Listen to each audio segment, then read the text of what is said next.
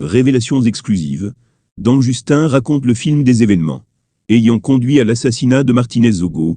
Hier je révélais déjà aux Camerounais que Dango était en prison dans les cachots du Sud, et aussi que son patron Echo s'y trouvait. Ce matin, ma source très proche du dossier vient de me livrer les premiers éléments croustillants de l'audition de Dango. Que s'est-il donc passé?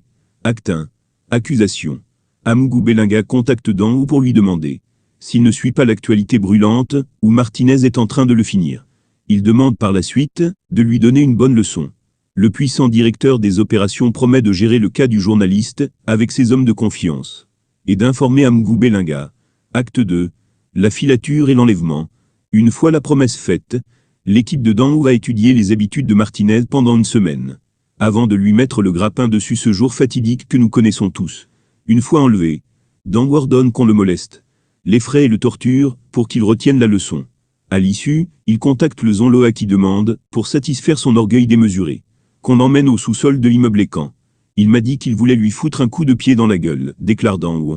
Acte 3. La torture et la sentence de mise à mort.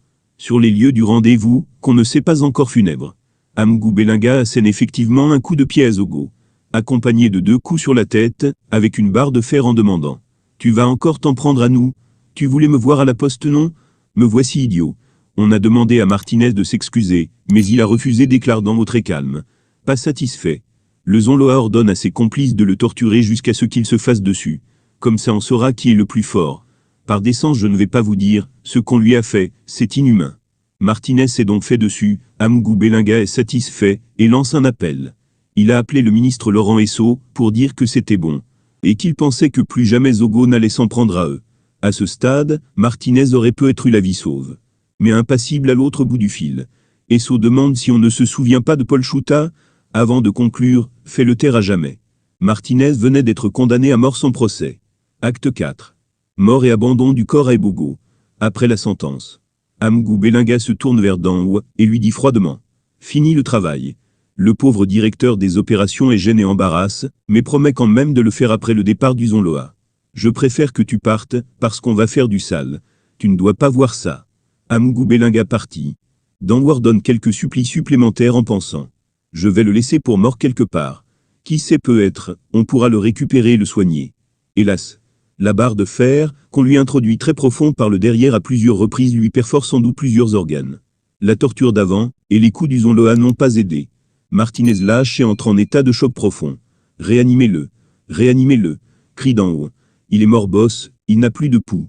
Il est mort boss, répond le chauffeur maître de la torturée. Martinez Zogo est mort dans le sous-sol froid de cet immeuble.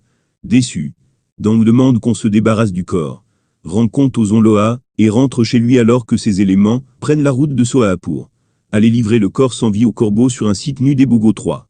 Acte 5. L'intervention de Paul Biya et l'arrestation d'Echo. Une semaine après que le scandale est éclaté. Voyant que ça va dans tous les sens, un sergent du commando qui a assassiné Martinez dépose une lettre à des gens réputés très proches de Paul Biya. Cette fois, le vieux lion réalise que sa justice est en otage et veut prendre en otage l'enquête. Il donne donc de hautes instructions pour que la gendarmerie et la police, qui sont encore indépendantes, entendent le directeur des opérations Dango que la lettre du sergent dénonçait clairement. Dango est entendu vendredi 27 et déclare le lendemain « Mon chef était au courant de tout. Il m'a demandé de continuer. » Voilà la dénonciation qui met Echo dans la sauce bouillon de la tourmente. Quant au sergent qui a vendu tout le monde, il donne les noms d'autres personnels de la DGRE qui ont participé à l'affaire et obtient des garanties pour être affecté en Europe et recommencer sa vie. Ainsi va la République.